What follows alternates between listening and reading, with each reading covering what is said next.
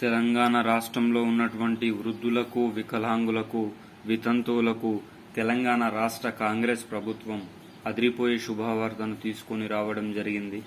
ఈరోజు ఈ వీడియోలో పెరిగిన ఆసరా పింఛన్లకు సంబంధించిన ముఖ్యమైన సూచనలు, విధి విధానాలు, ఎవరెవరికి పెరగడం జరిగింది, ఎవరెవరికి రద్దు చేయడం జరిగింది అనేది ఈ వీడియోలో మనం క్లియర్గా చూద్దాం.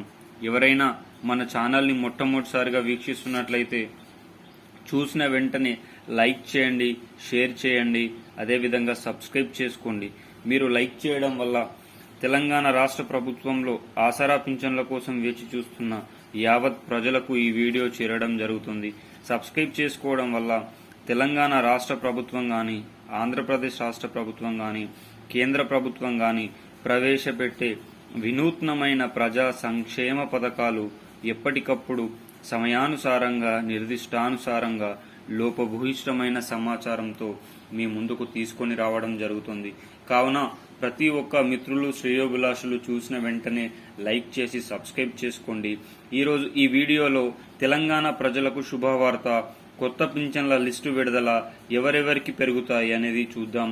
4016, 6016, జూన్ 2 నుంచి పంపిణీ ప్రారంభం, వీరందరికీ రద్దు ఇంటి వద్దకే.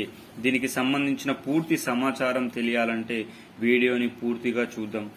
ఈరోజు ఈ వీడియోలో తెలంగాణ ఆసరా పింఛన్ల కోసం వేచి చూస్తున్న యావత్ తెలంగాణ రాష్ట్ర ప్రజలకి మే నెల ఆసరా పింఛన్ల పంపిణీ కార్యక్రమం ఆల్మోస్ట్ అన్ని జిల్లాల్లో కంప్లీట్ కావడం జరిగింది.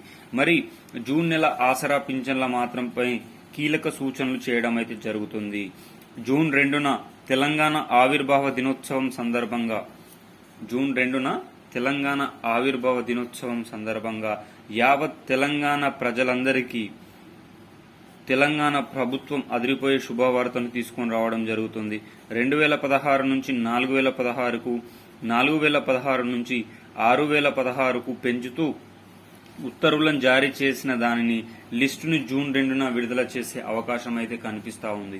ఇందిరాగాంధీ చేతుల మీదుగా ఈ ఆసరా పింఛన్ల లిస్టు అనేది విడుదల చేసి జూన్ నెలలో పంపిణీ చేసే దాంట్లో పెరిగిన ఆసరా పింఛన్లను ఇవ్వాలని రాష్ట్ర కాంగ్రెస్ ప్రభుత్వం ఆలోచిస్తూ ఉన్నట్లు తెలుస్తుంది. ఏది ఏమైనా యావత్ రాష్ట్ర ప్రజలు పెరిగిన ఆసరా పింఛన్లు ఎప్పుడెప్పుడు తమ ఖాతాల్లో జమ అవుతాయా అనే దానికోసం ఆశావాహులుగా వేచి చూస్తున్నారు. మరి ఈ పంపిణీ కార్యక్రమం బ్యాంకుల్లో జమ అవుతుందా, చేతికే ఇస్తారా అనే దానిపైన పూర్తిగా సందిగ్ధత ఉంది. పక్క రాష్ట్రమైన తెలుగు రాష్ట్రం ఆంధ్రప్రదేశ్లో బ్యాంకుల్లో జమ చేయడం జరుగుతుంది. దీనిని ప్రామాణికంగా తీసుకొని తెలంగాణ రాష్ట్ర కాంగ్రెస్ ప్రభుత్వం కూడా బ్యాంకుల్లో జమ చేయాలని ఆలోచిస్తూ ఉంది. ఏది ఏమైనా ఇలాంటి తరుణంలో ఈ కాంగ్రెస్ ప్రభుత్వం వినూత్నమైన మార్పులకు నాంది పలికే అవకాశం అయితే ఉంది. వీడియో నచ్చితే సబ్స్క్రైబ్ చేయండి, షేర్ చేయండి, కామెంట్ చేయండి. జై జవాన్, జై కిసాన్, జై హింద్, జై భారత్.